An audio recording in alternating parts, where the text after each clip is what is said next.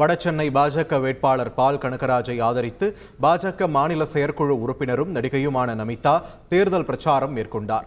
இன்றைய தினம் திருவொற்றியூர் மற்றும் அதன் சுற்றுவட்டார பகுதிகளில் அவர் வாக்கு சேகரித்தார்.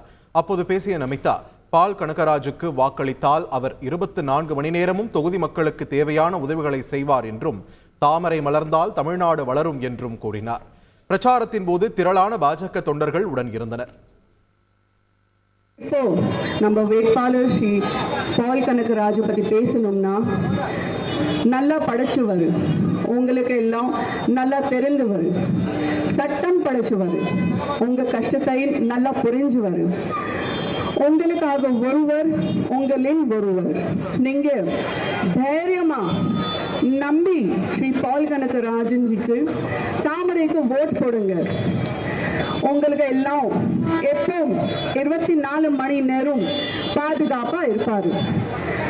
தாமரை மலரும், தமிழ்நாடு வளரும். செய்திகளை உடனுக்குடன் தெரிந்து கொள்ள உடனே சப்ஸ்கிரைப் பண்ணுங்க.